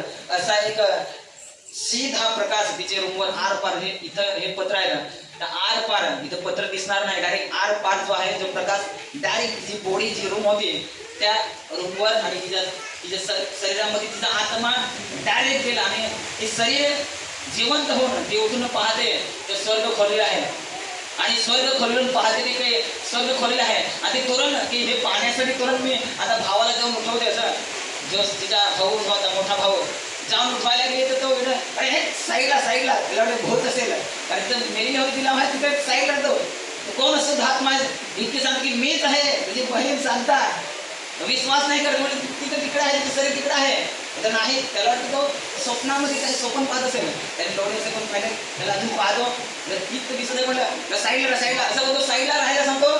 त्याच्यानंतर ती सांगतो की चल माझं शरीर जिथं आहे शरीर पहा. त्याला विश्वास पडत नाही की हे कसं काय होईल. रात्रीचे टाइम 3-4 वाजता झाले असतील आणि अशा समयमध्ये एक मुर्दाची जी बहीण होती ती येऊन त्याला सांगतं की मीच आहे ती. त्याने विश्वास ठेवला नाही. त्याने मला देवाने पाठवले रिटर्न आणि सांगितलं की आता सेवा कर माझे म्हणून मला पाठवलेलं आहे. 14 वर्षाची मुलगी आणि त्यामुळे तिने सांगितलं की चल माझं शरीर तर कमसे कम पाहा तिथं जाऊन रूम मध्ये पाहतो आणि जे झाकलेलं होतं जे कफन सारखं ते त्याने असं करून पाहिलं तर त्याच्यामध्ये खरंच ती नव्हती. तेव्हा त्याने विश्वास ठेवला तरी पण त्याचा विश्वास थोडा अडखडकता होतो. खरं तू आहेस की काय म्हणतो हात लावून बघ. त्याने कापत तिच्या शरीराला हात लावला आणि स्पर्श केला. तेव्हा ते गुडघे तोरण टेकले गुडघे टिकून त्यांनी प्रार्थना केली की पिता तुला धन्यवाद अद्भुत काम करणारा परमेश्वर तू आहेस. आणि हा चमत्कार पाहिल्यानंतर हे सगळं झाल्यानंतर त्या ठिकाणी कोणीच नाही फक्त दोघे होते. सकाळ झाली आणि हा त्याचा भाऊ जातो फादरना बोलवण्यासाठी की चला सांगतो की अजून टाइम आहे कबर खोदण्यासाठी अजून टाइम आहे. तो फादर सांगतो कबर नाही खोदायची आता खोदायची गरज नाही बोलतो ते जिवंत झाले आहे. बोलतो सकाळी झोपेत काय त्यांनी पण विश्वास ठेवला नाही. तो ते फादरला धरून खेचत घेऊन आला बघ बोलतो ते जिवंत झाले आहे. आणि त्या टाइमात ती जी सत्य जे घडला ते बऱ्याच सारे नातेवाईक लोकांना बऱ्याच सारे लोकांपर्यंत जाण्यावर बरेच सारे लोक त्या चर्चमध्ये धाव झाले पाहण्यासाठी की ती मुलगी मेली होती जिवंत कालच तर मरण पावली ना आज ते जिवंत आहे कशी काय हे पाहण्यासाठी बरेच सारे लोक त्या ठिकाणी आले. पण त्यांचे नातेवाईकचे लोक त्यांनी सांगितलं की आता तुम्ही घरी राहा. त्याच्याकडे भरपूर पैसा सोना चांदी गाड्या त्यांच्या भरपूर पण तिची आई आणि वडील मरण पावले होते आणि बाकीचे जे भाऊ होते ते त्याच्यानंतर बाहेर दिसू लागले. फक्त हे दोघंच होते साधू किसन सिंग आणि हे सांगताची बहीण ही लहान सगळ्यात आणि साधू किसन सिंग हा सगळ्यात मोठा त्या परिवारचा. त्यांना घरामध्ये ठेवलं आणि त्याच्याकडे बंदूक दिले. मग त्यांच्या नातेवाईकांनी त्यांच्यावर बंदूक डायरेक्ट ठेवली आता तुम्हाला मारणार तर तुम्ही मसीला सोडणार तर तुम्हाला जिवंत ठेवणार, तुम्ही येशूला सोडणार नाही तर तुम्हाला मारून टाकणार, असं धमकी देऊन त्याने सांगितलं तुम्ही काही पण करा, मुर्दामधून जर मला जीवित केलं आहे तर तुम्ही आता मला परत मारणार तरी मला फरक पडणार नाही. सर तर पाहुणार आहे, मला तिथंच जायचं आहे. ती बोलली मला तिथंच जायचं आहे, तुम्ही मारणार तर काही दिक्कत नाही, पण मला जिथे मी पाहून आले तिथे मी जाणार आहे. त्यांनी बंदूक ठेवली होती आणि त्याच गलीमध्ये पोलिसाची फौज आली अचानक. आणि पोलिसाची फौज आल्यानंतर त्यांनी जे दुसरे बंदूक जे घेऊन होते त्यांना मारण्यासाठी त्यांना हँड्सअप मध्ये तुम्ही हे बंदूक साईडला करा. आणि ती खुद जो त्याचा भाऊ आणि सांगता बोलले की आम्ही खुद हैराण की पोलिसांना कोणी सांगितलं. ती भावाला विचारलं तू कोण सांगितलं का पोलिसांना, मतलब मी काही सांगितलं नाही. पोलिसांना कसं काय सांगितलं की आपल्याला मारण्याची तयारीत आहेत आणि ह्या आपल्याला मारण्याच्या तयारीमध्ये पोलीस कसे काय उडाले.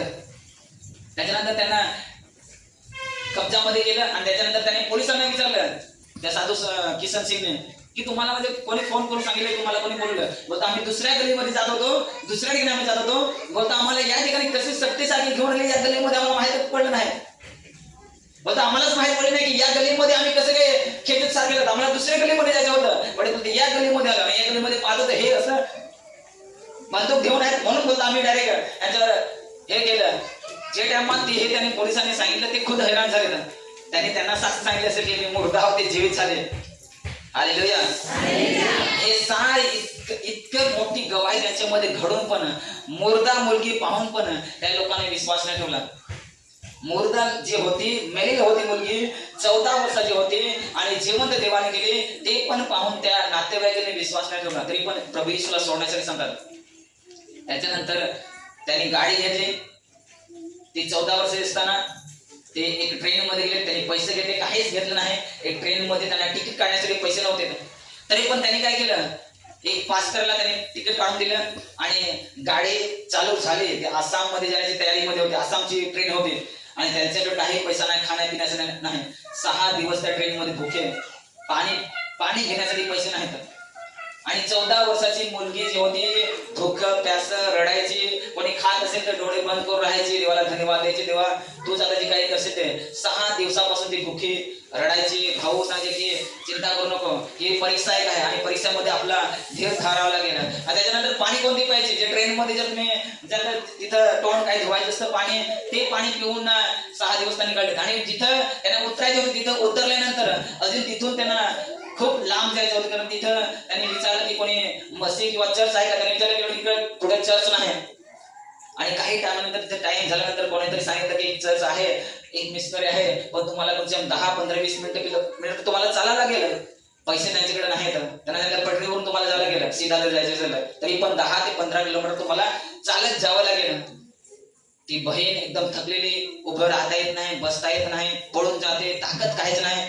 ते बोलले की भाऊ मला नाही चालता येईल, माझ्याकडे ताकद नाही, काय खाल्लं पिलेलं नाही.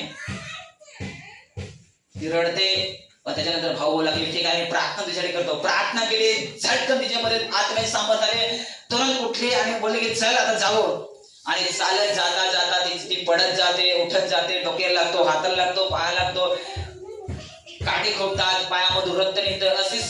असे होता होता त्यांना रात्र झाली. तिथं पोहोचता जिथं एक दारावर त्यांना क्रॉस पाहिला, तिथं जाऊन त्यांनी काय केलं, दार धडकलं. 2-3 वेळा त्याच्या भावाने दार धडकलं पण दार उघडलं नाही. पण त्याच्यानंतर ती सांगताची 14ची मुलगी ती बोलली की कोणी आहे का घरामध्ये, दार खोला. त्याच्यानंतर त्यांना वाटतं कोणीतरी लहान मुलगी आहे जी आवाज येत आहे. त्याच्यानंतर त्यांनी दार उघडलं.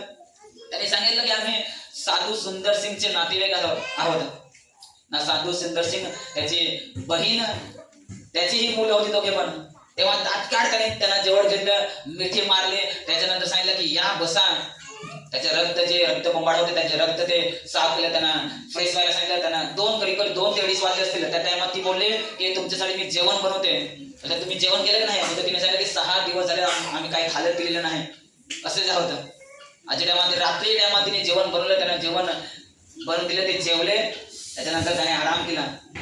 तर तिची टायमात ती गवाही सांगते, साक्ष सांगते, खुद रडत जाते. आसने पुसत जाते, सांगत जाते, बोलत जाते, सांगत जाते. इतकं भयंकर हे दृश्य जे त्यामध्ये ती जीवनामध्ये इतका मोठा चमत्कार होऊन पण कोणी साथ देण्यासाठी तयार नाही. बट तिला माहित की मी लहान आहे आणि स्वर्गमध्ये जाऊन आलेल्या रिटर्न देवाने मला पाठवलं, हे काम मला पूर्ण करायचे. ती प्रचारक आहे. Hallelujah, hallelujah, hallelujah. आपलं जर स्वर्गीय दर्शन खरोखर घ्यायचं आहे तर आपलं असा मधून गुजरायला गेलं, अशा परीक्षा येतील, त्या परीक्षामध्ये आपला स्थिर राहावं लागेल. स्वर्गच्या राज्यामध्ये जाणं आपले जिद असली पाहिजे, आपली तयारी असली पाहिजे. तिने जर इतकं दुःख तकलीफ सहन करून इतके दिवस भुक्या प्यास अजून पण तिने प्रभू येशूला सोडलं नाही. तिला मारण्यासाठी तयार होते की तुला आम्ही तुम्हाला मारणार, बंदूक ठेवली होती, एकदम निशाणा तयार होता, गोलीत बस निघायची बाकी होती. तरी पण त्यांनी ठीक आहे जे तुम्ही तुमची इच्छा असेल, पण देवाची इच्छा काय होती? अलग होती. देवाची योजना काय होती की यांना इस्तेमाल करायचा, वापर करायचा देवाच्या कामासाठी, प्रचारासाठी, सेवेसाठी. तर देवाने त्यांना हर परिस्थितीमध्ये, हर परीक्षेमध्ये त्यांना बचाव केला, सांभाळ केला आणि त्यांना देवाच्या कामासाठी इस्तेमाल केलं. Hallelujah, hallelujah. तर ते कसे पास झाले, तर आपल्याला पण तसं पास व्हावं लागेल. नाही तर काय केलं असतं, भूक लागली आहे चल इकडून थोडं मागून घेऊ, खाऊन घेऊ, भूक लागली आहे चल कुठेतरी चोरी करून घेऊ, भूक लागली आहे कोणाकडे भीक तरी कमसे कम मागू, इतके दूर कशाला चालत जावं. पण तिने तसं काही केलं नाही, कोणाची चोरी केली नाही, कोणाकडे मागलं नाही. जे देवाची योजना त्या योजनेसर ती चालली, भूक राहिली, शेवट अखेरकार त्यांना एक ठिकाणी पोहोचलं, देवाने केलं.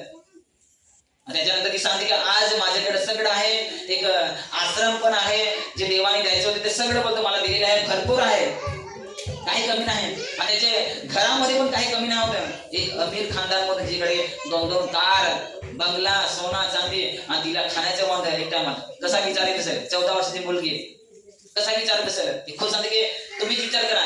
पण तरी पण ती धीर धरून राहिली, तरी पण ते सहन करत राहिले.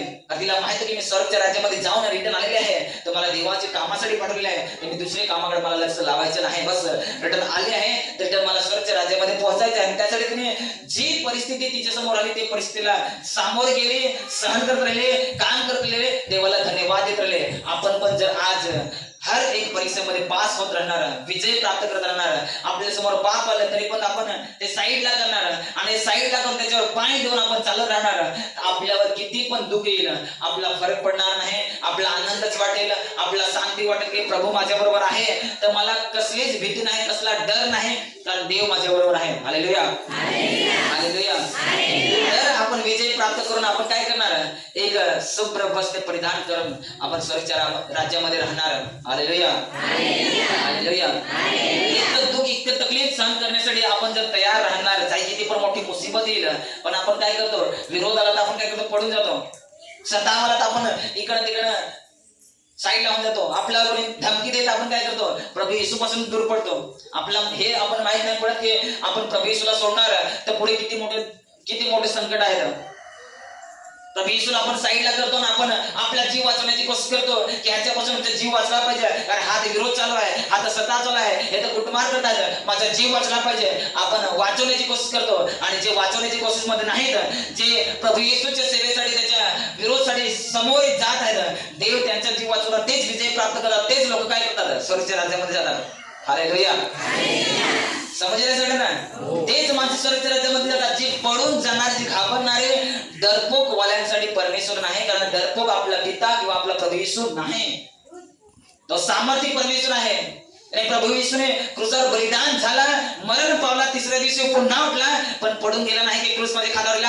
अरे तुम्ही उचला ना, मला थोडी मी पाप करत आहे, पडून जाता एखादं लपून राहिलं काय झालं असतं? आपलं जीवन वाचलं नसतं, आपल्यासाठी लहू त्याने सांडला, आपण काय केलं असतं? एक कोणी थापलेलं, बापरे विरोध झाला, आज पण प्रार्थना बंद, एक थाप दिली, प्रार्थना बंद. कोणी बोलला, एक गेलास ना प्रार्थना बघ, तुझं काय अजून तर काय केलं नाही, फक्त बोलला एक शब्द, गेलास प्रार्थना बघ, फक्त बघायला सांगितलं, काही तर केलं नाही. आणि तेव्हापासून हा बघतो की मी लपून फिरेन, मी लपत राहीन, मी जाईल नाही. आपण काय करतो?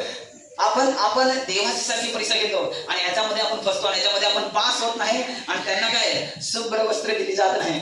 शुभ्र वस्त्रे बनवलेली तू मला बघ नाही तर नको बघू, पण मी देवाला बघण्यासाठी जाईन. स्वर्गच्या राज्यामध्ये मला जायचं आहे. आणि तो व्यक्ती जो हिंमत धरतो, खंबीर होतो, धीर धरतो, त्यालाच त्या भेटतील शुभ्र वस्त्रे. आमेन. त्यासाठी आपल्याकडे जिद्द पाहिजे, आपल्याकडे ती पावर पाहिजे की नाही मी आत्म्याने परिपूर्ण होईल राहीन, मी कधी घाबरणार नाही, कधी भीती बाळगणार नाही. कारण मला स्वर्ग कधी जाणार आहे? एक दिवस तर मरावं लागेल, का लागेल? हे जिवंत राहणार. एक दिवस आपल्याला शरीर आपल्या आत्म्यामधून आपले शरीर मधून आत्माने घेईल. एक दिवस सगळ्यांना मरायचं आहे. पण कसं मरण कोणाला माहित आहे? पण मस्तीसाठी जर तुम्ही मरण पावले तर स्वर्ग मध्ये जाणार हे 100% आहे. 100% आहे की मस्तीसाठी तुम्ही स्वतः दुःख सहन केला, कोणी शिव्या दिल्या सहन केल्या, कोणी तुम्हाला त्रास दिला सहन केला, कोणी तुम्हाला काही बोललं सहन केला, कोणी तुम्हाला खाप मारून गेला सहन केला, कोणी चाकू ठोकून गेला सहन केला, कोणी बंदूक तुमच्यावर टिकून गेला सहन केला. आखिरकार मरण जरी पावले तरी पण एक टाइम तुम्ही स्वर्गच्या राज्यामध्ये जाणार. बट आपण पडत राहणार, लपत राहणार, गपचूप जाणार. कोणी पाहत काय? नाही, चलो जाऊ दे, काय करा, कोणी पाहत नाही, तेवढा तर जाऊ दे, तेवढा तर जाणार. तर कोणी हसणार नाही, कोणी चर्चा करत नाही हे काय मला चालले तर उद्यापासून या रस्त्याला मी जाणार नाही, नेक्स्ट रविवार ते लपून जाईल, इकडे जाणार नाही. घरामध्ये बोललं की बघ गेलास तर बघ, गेलीस तर बघ, असं होईल, कसं होईल, ते होईल, ते होईल. बस बोलणं केलं नाही ना, आपण त्या बोलण्यावर, आपण धमकीवर आपण घाबरतो. देवाने आपल्याला डरपोकवाला आत्मा नाही दिला, सामर्थ्यवाला आत्मा दिला. कोणता आत्मा दिला? कोणता आत्मा दिला? सामर्थ्यवाला आत्मा दिला. बाजूला बोला, सामर्थ्यवाला आत्मा तुला, डरपोकवाला नाही. तुम्ही घाबरणं लक्षात ठेवा. इथेच जिंदगी आपली, इथेच नाही आपली स्वर्गची जिंदगी, आपण स्वर्गचे वारीस आहोत. आपले इथेच घाबरून जाणार तर काय होईल? मला रत्तीभरच भीती नाही, रत्तीभरची मला डर नाही माझ्यामध्ये. चाहे कोणी पण समोर येतो, तो पण तर व्यक्तीच आहे ना, तो पण तर व्यक्तीचा आपल्यासारखा. त्याच्याकडे बंदूकचा अधिकार आहे, आपण स्वर्गचा अधिकार आहोत. त्याच्याकडे तलवारचा अधिकार असेल, आपल्याकडे पण तलवार आहे सैतानला धमकवण्यासाठी. हे सैतान तुझा काही अधिकार नाही, तो कोणाद्वारे पण हमला करू शकतो. तो सैतान जो आहे तो आपल्यावर आपला खतम करण्यासाठी कधी येत नाही, लक्षात ठेवा. आपला मारण्यासाठी कधी येत नाही, पण कोणाला तो मारतो. आज लोक कितीतरी सांगतात ते भूताने हमला केला, टाकून टाकला, एक करून टाकला, ते करून टाकला. सैतान हे करतो कारण ते व्यक्तीवर तो अटॅक करतो जो व्यक्ती त्यासाठी लायक आहे. तर तुमच्यावर कधी अटॅक करणार नाही, कारण तुम्ही शुभ्र वस्त्रे परिधान करण्यासाठी पवित्र आणि शुद्ध होऊन तयार आहेत, मन बदलून तयार आहेत. तर तुमच्यावर तो अटॅक करू शकणार नाही, तुम्हाला दाबण्यासाठी येणार नाही, तुम्हाला पिडण्यासाठी येणार नाही. पण तो हा येईल तुम्हाला मन भडकवण्यासाठी, तुम्हाला बोर्ड घालण्यासाठी येईल थोडंफार. त्यासाठी हमेशा आपल्याला काय करायचं आहे? स्वर्गच्या राज्याची तयारी करून राहण्यासाठी पास व्हावं लागेल, सैतानवर विजय प्राप्त करावा लागेल. लक्षात ठेवा, सैतानवर विजय प्राप्त करणार, पापवर विजय प्राप्त करणार, तर तुमचा बिझनेस, तुमचं काम, तुमचा पैसा असाच ग्रो होत जाईल, तुमचा परिवार असाच ब्लेस होत जाईल. काय होत जाईल? तर तुम्ही जी तयारी करता भविष्यात तुम्ही सगळे काही सोडून द्या आणि स्वर्गचे राज्य मिळवण्यासाठी खटपट करता. त्याच्याबरोबर ह्या सगळ्या गोष्टी भेटतील. हालेलुया. सगळ्या गोष्टी देण्यासाठी तयार आहेत, पण आपण स्वर्गचं राज्य मिळवण्यासाठी तयार आहोत की नाही आहोत? जर आपण आहोत तयार स्वर्गचं राज्य मिळवण्यासाठी, तर देव पण तयार आहे तुम्हाला ज्या पाहिजे गरजा त्या देण्यासाठी. आमेन. हालेलुया. हालेलुया. हालेलुया. तर तयार आहे सगळेजण की घाबरणार? भाऊ फार धमकी देत आहे, नवरा लागलाय धमकी द्यायला, मुलं बोलला की तो प्रार्थनेला जास्त आमची इज्जत जात आहे, नवरा बोलत आहे प्रार्थनेला जास्त माझी इज्जत जात आहे. अजून इज्जत कुठे वाढलेली आहे? इज्जत जात आहे. अजून परिवारची इज्जत कुठे आहे? वाढलेली आहे, ते कमी होत आहे. इज्जतच नाही ना, इज्जत कुठून जात आहे? आपली इज्जत काहीतरी असेल तेव्हा ती इज्जत निघून जाईल. इज्जतच नाही घरामध्ये कोणाची आहे? दादा इज्जत माझी जात आहे. तुझी विचार, तुझी इज्जत किती आहे? मोदी बरोबर तुझी काय कुठला भेटणं चालू आहे? इज्जत तुझी आहे, इज्जत निघून जाईल. काही आपली इज्जत नाही, जी देव देवी असली इज्जत आहे, लक्षात ठेवा. आमेन. अरे 10 माणसामध्ये तुमची इज्जत, 10 माणसं कोण आहेत? 10 माणसं कोण आहेत? दारू पिणारे 10 जणांचा ग्रुप, त्याच्यामध्ये आपली बापरे यांच्यामध्ये माझी इज्जत आहे. काय करतात? दारू पितात, काम काय करतात? नाही असंच ठेवतात. त्यांच्यामध्ये बापरे बाप ते बोलतात ती काही इज्जत नाही, लक्षात ठेवा. त्याच्यामध्ये आमची इज्जत आहे, आमची हे इज्जत आहे, काही इज्जत नाही. बस ते शैतानचा शब्द आहे, लक्षात ठेवा. तो कोणता शैतान शब्द की आपला कमजोर करण्याची कोशिश करतो. एक व्यक्ती मला बोलला की एवढ्यात तो पोलीस पण कुठेतरी एक ड्युटीवर राहिला असता, हे काय करत असतो. मी समजलाय, त्याला मी उत्तरच दिलं नाही. तो खुद पोलीस आहे. मला मेसेज करतो एवढा तर तू पोलीस झाला असतात, कुठेतरी ड्युटीवर राहिला असतात. म्हणजे ठीक आहे, राहिला असता, पण जिथं आहे ही पण माझी मोठी ड्युटी आहे. सगळ्यात मोठे हे काम आहे देवाचं, आणि हे काम करतो ते तुझ्यापेक्षा चांगलं काम करतो. जे टाइमात मी देवाला धन्यवाद दिला की प्रभू सांगणारे बोलणारे राहतीलच. नाही, मला माहित आहे की सांगणारे बोलणारे भरपूर राहतील, बट मी विचार केला की देवा इतकं धन्यवाद की बोलणारे ते बोलतील, पण आपलं काम जे आहे करावं लागेल. हालेलुया. तुम्हाला बोलणारे भरपूर राहतील, तुमचे परिवारचे बोलणारे राहतील, तुमचे घरचे बोलणारे राहतील, तुमचे मित्र बोलतील, तुम्ही तिथे कामावर जाता तिथं बोलतील तुम्हाला, बट बोलणारे त्यांचं बोलणं तुम्हाला समजायचं की हा बोलतो खुद व्यक्ती बोलताय की त्याच्यामध्ये काय दुष्ट आत्मा बोलत आहे. एक टाइमात एक अधिकारी मला बोलला की शिकलेला आहेस, कुठेतरी लागला असतास. ठीक आहे, तू कोण बोलत आहेस मला माहित आहे की तू कोण बोलत आहेस. आपल्याला समज आलेली की सैतान त्यांच्याद्वारे आपल्याला काय करतो, कमी करण्यासाठी बोलतो, जेणेकरून आपल्याला लागलं पाहिजे हृदयामध्ये, ठेच लागली पाहिजे. ठेच लागते पाहायला तर आपलं दुखतं की नाही दुखतं, तसं हृदयाला पण आपला ठेच देण्यासाठी कोशिश सैतान करतो. याला दुखलं पाहिजे, मनात लागलं पाहिजे, जेणेकरून हा काय करेल, प्रार्थना करणार नाही, हा बरोबर प्रार्थनेपासून दूर जाईल, प्रार्थनेमध्ये जाणार नाही. आणि जसं आपण प्रार्थनेमध्ये दूर जातो, प्रार्थनेपासून साईडला जातो, तसं आपल्यावर काय करतो, सैतान अटॅक करतो. कारण सैतानची प्लॅनिंग तीच होती की याला मी दूर केलं पाहिजे, आणि जसं प्रार्थनेपासून आपलं साईडला जातो, बाकीचे अटॅक करायला सुरुवात करतो. त्याने एक अटॅक त्याच्यामध्ये तो पास झाला, मग दुसऱ्या अटॅक करायला सुरुवात करतो. तर मुलावर अटॅक करतो, आपल्यावर खुद अटॅक करेल, आपल्या पैशावर अटॅक करेल, आपल्या घरामध्ये अटॅक करेल, हर ठिकाणी तो अटॅक करायची कोशिश करेल. त्याने एक मार्गामध्ये तो पास झाला, बट बायबल सांगतं या ठिकाणी की आपण जर विजय मिळवला त्याच्यावरती, तर आपण काय करणार, शुभ्र वस्त्रे परिधान केलेले आपण असे होणार. हालेलुया. बायबल मध्ये प्रकटीकरण 4 अध्यायामध्ये समजलं सगळ्यांना की शुभ्र वस्त्रे कोणाला भेटतील, कोणाला भेटतील. विसरणार तर नंतर माहित नाही पडणार की कोणाला भेटतील, ते आजच माहित पण घ्यायचं आहे. तर स्वर्ग राज्यामध्ये जाण्याची तयारी करणार, खुद वाचणार, खुद ते सगळं समजून घेणार, मनन चिंतन करणार की मला स्वर्ग राज्यामध्ये जायचं आहे. जायचं सगळं ना, जायचं नाही जायचं, आवाज कुठे जायचं आहे, कुठे जायचं आहे, सगळ्यांना माहित नाही कुठे जायचं आहे. आपली तयारी फुल पाहिजे, अधूर नाही, फुल मन, एक मन एक दान, स्वर्ग राज्यामध्ये जाणं आपलं एक ध्येय असलं पाहिजे. काही जणांचे असं ना की मला गाडी घ्यायची काय पण करू ना, काही जणांचे असतं की मला घर बनवायचे काही पण करू ना, काही जण वाटतं की माझ्या घरामध्ये एक वस्तू घ्यायची त्याची मागे लागतात, आपण तसं मागे लागायचं स्वर्ग राज्यामध्ये जाण्यासाठी. हालेलुया. त्याच्या मागे लागायचे मला स्वर्ग राज्यामध्ये जायचं आहे, मला कोणी थांबवू शकणार नाही. माझा आई, माझी कोण जी पण आहे, नातेवाईक सगळे सॉरी घरचा जे पण आहे, मला थांबवू शकणार नाही स्वर्गच्या राज्यामध्ये जाण्यासाठी. मी जाईन आणि त्याची पुरी तयारी करेन. तर त्यासाठी आजपासून लागायचे मागे. जर स्वर्गच्या मला पण खुदला ते समजून घ्यायचे की मी आराधना करण्यासाठी मला खुद हर रविवार यायला गेलं. तुम्ही हर एक खांबाजवळ पाहत असेल, इथं खांबाजवळ आहे, इथं खांबाजवळ, ते 4 खांबाजवळ 4 जण आहेत, इथं आहेत, इथं हा ब्रदर वाजवण्यासाठी आहे. हा विचार की या संडेला मी नाही जाईन तर काय होईल, हे खाली राहील. तर त्याला पण माझी एक जबाबदारी आहे की मला जावंच लागेल, चाहे काही पण होईल.